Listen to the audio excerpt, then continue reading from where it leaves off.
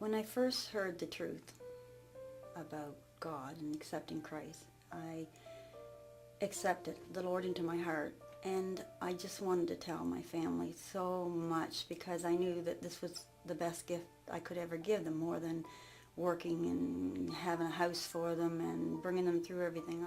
I knew this was it. This was, you don't realize how poor you are until you see what others have, and I didn't realize how poor I was until I accepted Christ and how poor my family was in spirit, and I wanted to tell them. My mom talked about God a lot. Everything was somehow either started off talking about God or ended up talking about God. Sometimes, I'd ask questions or I'd bring it up. Sometimes I just turned my ears off because I didn't want to hear about it. Sometimes, I don't know, just sometimes made sense, sometimes didn't. Sometimes I was interested, sometimes I wasn't. Courtney, I would say, is one of the children I have had in my home and had from myself that gets along with just about anybody. Everybody liked Courtney. We've had about 40 children come through our home, and nobody had any dispute with Courtney. She is very easy to get along with, and so it was easy for me to have her as a daughter because she would always show interest, and I would always show interest in her, and she was just pleasant, very pleasant to be around. So of all the children, I'd say I had the best relationship as far as communication is with Courtney more than the rest of the children. So when she went to university, the quieter children were left at home with me, and my husband's very quiet, and the bubbly one that was full of life had left and gone off. So I spent a lot of time on the phone talking to her, and I would call her and she would call me and tell me about all the things she was experiencing out there.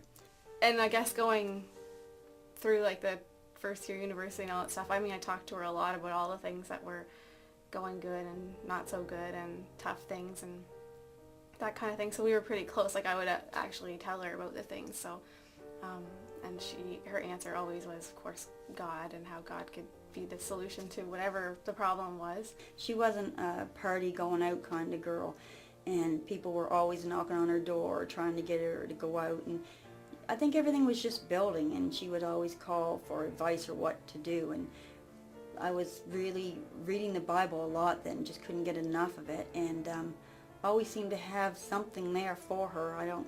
I really know now that God was preparing me for answers for her when she called, and she would always listen, and I'd have the Bible right there by my bed because she usually called at night after everything calmed down in the dorm, and I would be able to read to her what I had just read the night before or share with her some of what God was doing in my life. I remember one night she was just frantic, calling me and crying and upset, and the exams were hard and people were getting on her nerves, and she was away from home and she missed her family, and I can remember telling her how my life was before I accepted Christ in my heart, and it was that same thing. It just was dilemma after dilemma, and I just felt it was too much, and I told her about getting down on my knees in my bedroom and accepting Christ and how my life had changed. And I was like, okay, fine. Like she's always says, if you had a problem, just give it over to God, and I just decided to okay, fine, I'll just trust it. I won't worry about it. I won't talk about it anymore. I won't try to fix it myself. I'm just going to trust that God's got it in control. I guess the gap was sort of, I knew there was God, and I was sure God was in control of the world and everything, but why would he care about my own life?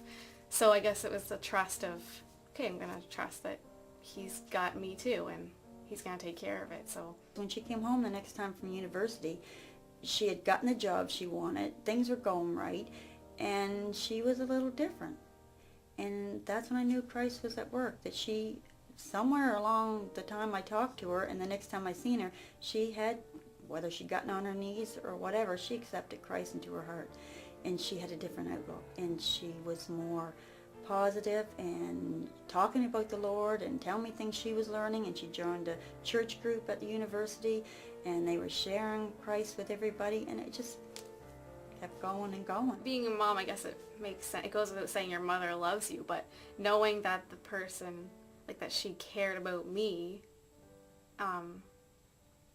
first, even without that, even if I never listened to her, then it's easier to trust her and listen to her and talk, like she wasn't just on a mission to tell me this. Like, she actually cared, and she was gonna go through all the steps with me.